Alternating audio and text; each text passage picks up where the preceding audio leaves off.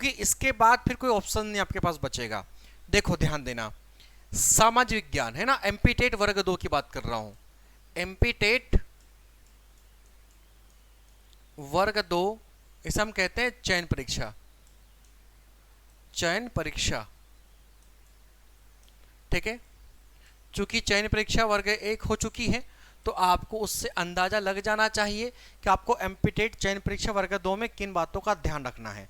अगर आपने चयन परीक्षा वर्ग 1 दी होगी तो आपको अच्छे से पता होगा कि आपने क्या क्या गलतियां करी थी उस समय, क्योंकि एनसीईआरटी बहुत ही ज़्यादा जरूरी विषय बन गया था आपकी, स्पेशली चयन परीक्षा की एग्जाम्स को लेके। तो आप लोगों को यहाँ पर एनसीईआरटी सबसे पहले एनसीईआरटी है ना, इसको सबसे ज़्यादा महत्व देना है और कम से कम एक बार आपको अच्छे से पढ़ लेना है, क्योंकि यहाँ से क्वेश्चंस बनेंगे ही बनेंगे। इससे आपकी मतलब गहराइयाँ अच्छे से तैयार हो जाएगी, बेस आपका अच्छे से तैयार हो जाएगा। इसके बाद में दूसरी बात आपके सामने लेके आता हूँ, जो आप पूछ रहे हो कि सर इसकी एग्ज़ाम कब होगी, परीक्षा कब आने वाली है। तो दोस्तों मैं आपको बता दूं कि एमपी टेट वर्ग 2 चयन परीक्षा पहली बार हो रही है। तो जब भी इसका नोटिफिकेशन आएगा, उम्मीद ये है कि 20 या 25 दिन के अंदर इसका नोटिफिकेशन आपके सामने होगा। इस 20 से 25 दिन के अंदर जब आपके पास आपका नोटिफिकेशन आएगा, मान लेते हैं कि आपके पास में नोटिफिकेशन आया कब, आज,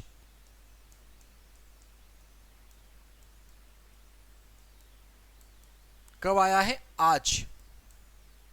और आप ये मान के चलना कि अगर आज आपका नोटिफिकेशन आता है तो अभी तक जितने भी एग्जाम्स ली है, ईएसबी, व्यापम या फिर उसको है ना पीबी कह लो, 45 डेज बहुत ज़्यादा कह दिया मैंने।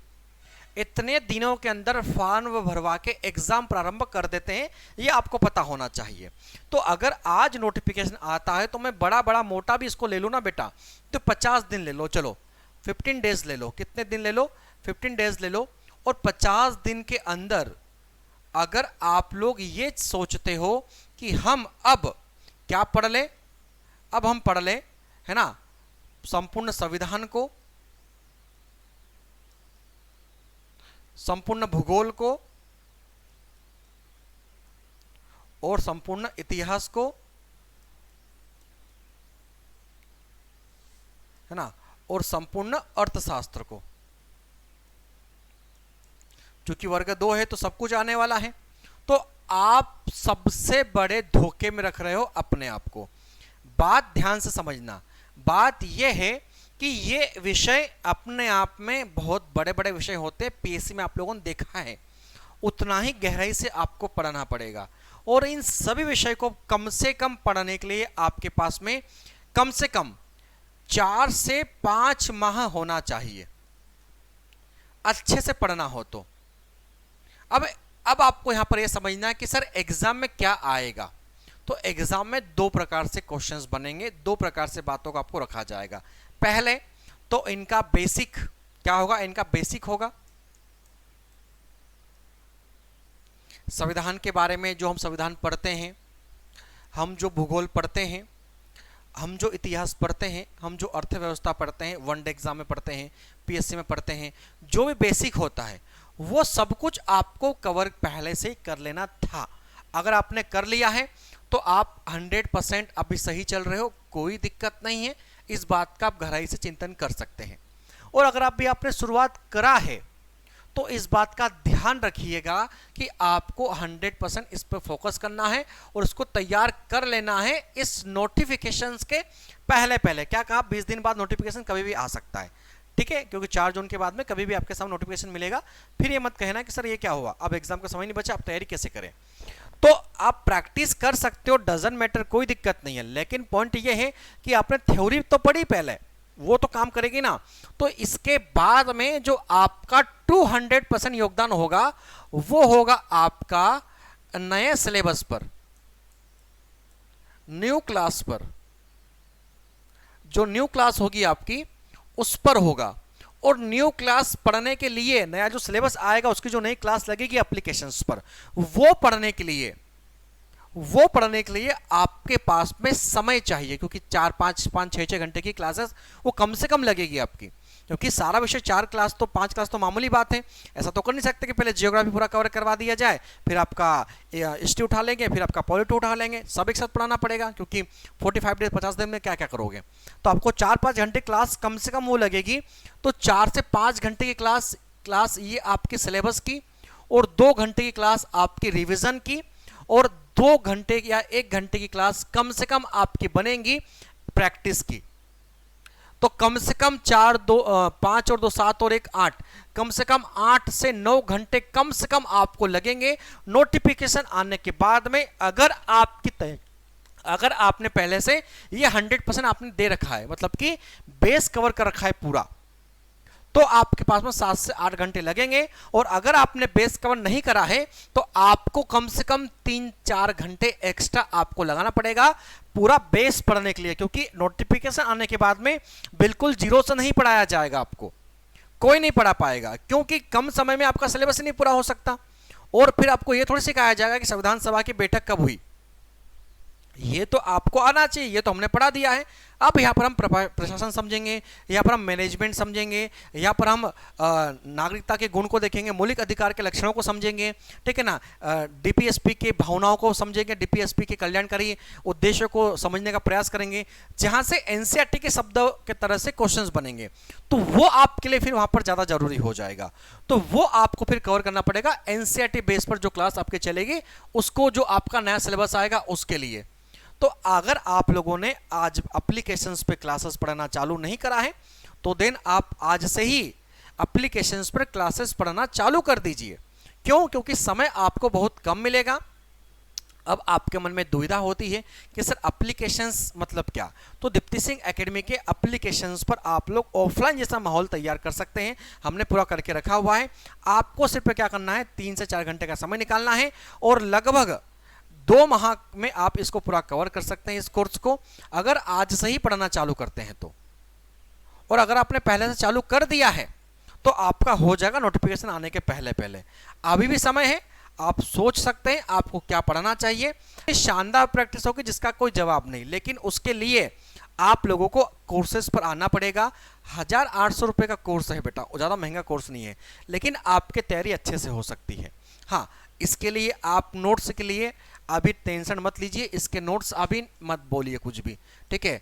नोट्स के लिए, या मैं कहूँ कि अभी आप इसकी बुक्स अगर ढूंढोगे तो बिल्कुल भूल जाओ, आप इसके नोट्स के लिए अभी कहीं बात मत करना, क्योंकि इसकी जो बुक्स आने वाली है वो अभी किसी काम की नहीं, क्योंकि सिलेबस नहीं है, तो कोई भी कैसे बुक बना देगा, कोई मतलब नहीं है। और अगर आपने वर्ग 1 का सिलेबस देखा था ना, तो मैं आपको लिख के दे सकता हूँ, आपको पसीना अभी आना चालू हो गया होगा। क्यों? क्योंकि आपको पता होना चाहिए कि वर्ग 1 का सिलेबस यूपीएससी क्रॉस कर गया था, इतना आपको पढ़ना पड़ा था 45 दिन के अंदर, और फिर वही लाले पड़े थे, जिसका होना था उसका हुआ नहीं, जिसका हो गया धूल में लट चल जाती कभी कभार, वो हुआ। तो अगर आपको पद निकालना है तो आपको सही तरीके से पढ़ना तो पड़ेगा ही पड़ेगा। दूसरी बड़ी बात, कंपटीशन ज़्यादा है और पद कम है, तो आप लोगों को इसी साल एग्जाम लेना है, ना कि इसी साल पद लेना है, ना कि अगले 5 साल बाद। अगले 5 साल बाद शादी हो गई, बच्चे हो गए, कहाँ जाओगे, बच्चों को संभालोगे कि खुद अपने आप को संभालोगे, पता नहीं चलेगा। ये बात भी आपको ध्यान में रखना होगी, ये बहुत ज़्यादा जरूरी बात है जो आपको हमेशा एग्जाम में काम में आती है। दूसरी बड़ी बात, एग्जाम में आपका जो टेम्परामेंट होता है वो अलग होता है, और प्रैक्टिस करते समय अलग कहानियाँ होती है आपके माइंड में, तो उसको बैलेंस करना होगा। आपको मॉक टेस्ट लगाना होगा, जितना ज़्यादा मॉक टेस्ट लगाओगे उतने ज़्यादा आप अच्छे से तैयारी कर सकोगे।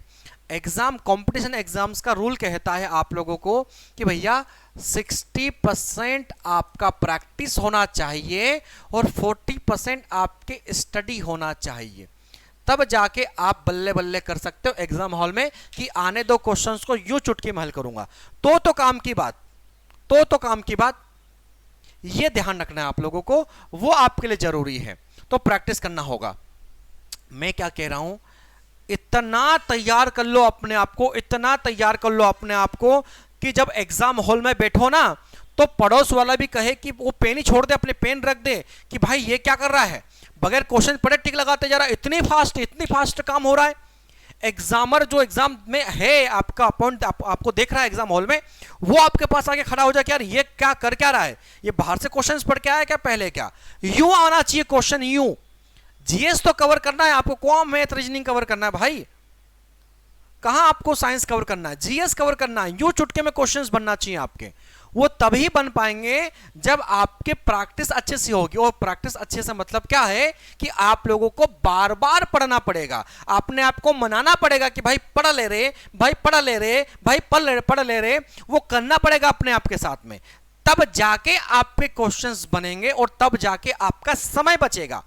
क्योंकि आपको पता होना चाहिए कि लाखों अभ्यर्थी चयन हुए हैं और लाखों अभ्यर्थी चयन एग्जाम देंगे, तो फिर वो जो चुटकी के सैकड़ों पद हैं, हजार भी नहीं हो सैकड़ों ही है, वो किसको मिलेंगे, वो मिलेंगे उस बच्चे को जो रेगुलरली प्रैक्टिस करता रहा, जो रेगुलरली पढ़ता रहा, जो रेगुलरली थ्योरी एमसीक्यू सब कुछ कवर करता रहा। विद्यार्थी के 3 गुण मैंने आपको कई बार बताए हैं, ध्यान देना। सबसे पहली बात, 100% क्लास अटेंड करना चाहिए, चाहे कुछ भी हो जाए, चाहे उसको नॉलेज हो चाहे नहीं हो, उसको 100% क्लास में अटेंडेंस जरूरी है। स्कूल में क्यों कहते हैं कि आपकी 100% अटेंडेंस चाहिए, इसीलिए कहते हैं कि एक माहौल, एक एटमॉस्फेयर में अगर आप जब बैठते हो ना तो आपका माइंड रिएक्ट होता है वहां पर।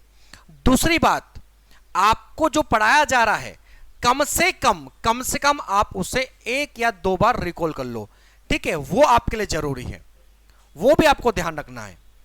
तीसरी महत्वपूर्ण बात, जितने भी आपके प्रैक्टिस सेट करवाए जा रहे हैं, जितने भी आपके मॉक टेस्ट लगाए जा रहे हैं, जितने भी आपके टेस्ट हो रहे हैं, वो 100% आपको अटेंड करना है, चाहे आपसे बने या चाहे ना बने। हम कई बार देखते हैं कि बच्चे ये सोचते हैं कि सर अभी तो पढ़ा नहीं तो टेस्ट क्या दे। अरे यही तो मौका है अपने आप को चेक करने का आईने में जाके, तो लगाओ ना मॉक टेस्ट। आपको मॉक टेस्ट फ्री में मिलते हैं एप्लीकेशंस पर, संडे लगाइए, पता लगेगा कि तैयारी आपको कितनी और करना है। तो ये 3 बातों को ध्यान देना है, 3 बातें जरूरी है। तो आई होप आप समझ गए होंगे इन बातों को। अगर आपको वर्ग 2 चयन परीक्षा के बारे में और भी कुछ बात पूछनी हो तो आप कमेंट्स बॉक्स में कमेंट कर सकते हैं, उसके लिए मैं एक शानदार वीडियो बनाने का पूरा प्रयास करूंगा, ठीक है। चलिए।